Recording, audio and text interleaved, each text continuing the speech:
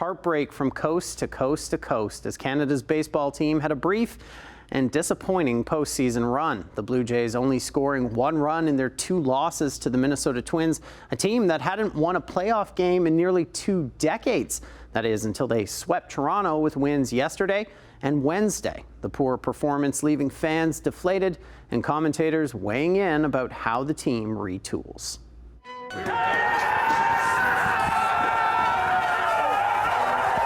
It was just Sunday when this was the mood in the clubhouse and across Canada as the Jays celebrated clinching a playoff spot. I love our team. I love how we're built.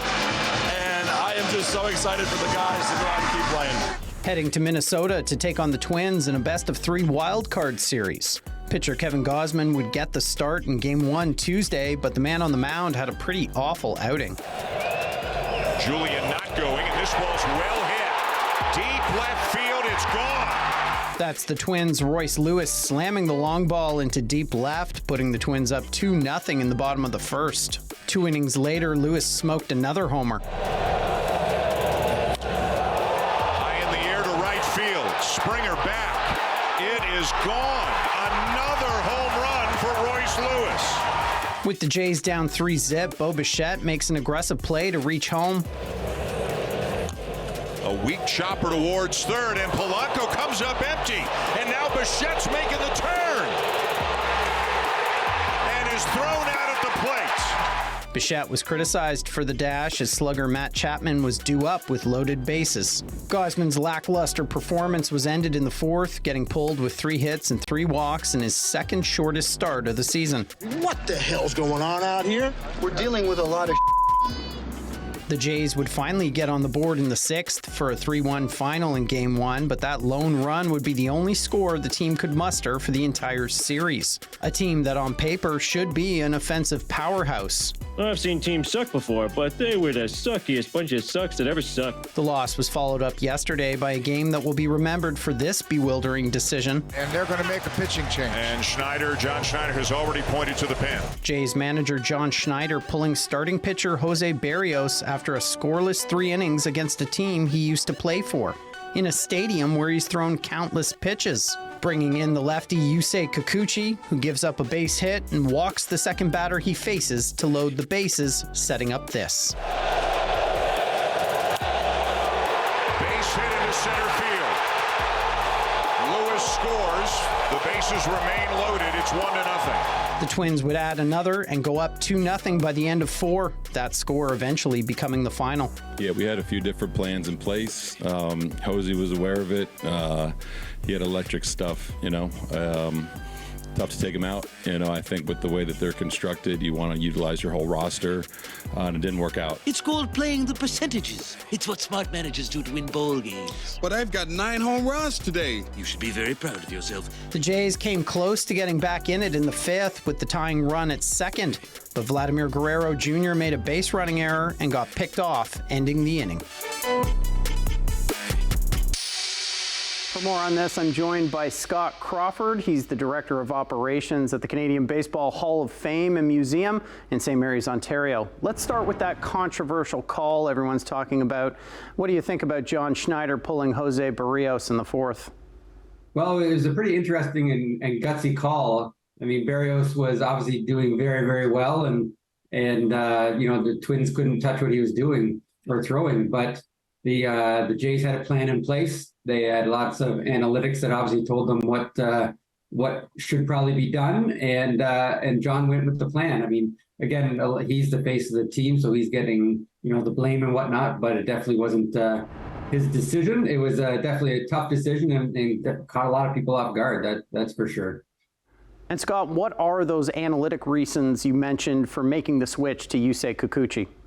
He's just he was a lefty, right? And there was a lefty coming to bat, and they talked about trying to get the Twins to pinch hit for some guys that maybe weren't quite as good, and that's really what it came down to. I mean, Barrios was throwing it well, as we all saw, but they said the lefty would be better at this opportunity in this moment, and they went for it. Vladimir Guerrero Jr.'s base running error in the 5th is also getting a lot of attention. How costly was that play for Toronto? I think it was really costly. They took the momentum away. The Jays had, a couple runners on, and their best hitter all season up to the plate, Bo Bichette. He was the only consistent hitter all year and 300 hitter. And he had a couple hits the night before, and he ended up having a couple hits last night. And, it's not something you never want to do a base running mistake. And it was at a really key moment. And unfortunately, it probably gave the Twins the momentum and probably kind of popped the bubble of the Blue Jays. Only one run scored by the Jays over 2 games. Why do you think the team struggled to get the bats going? I think it's been an all-season problem. I mean, if you look at their numbers throughout the year, they were an average hitting team. Across the whole board in every category, they were basically average, from offense or from on base to slugging to batting average, home runs, stolen bases. There's an average hitting team, and the Twins have really good pitching.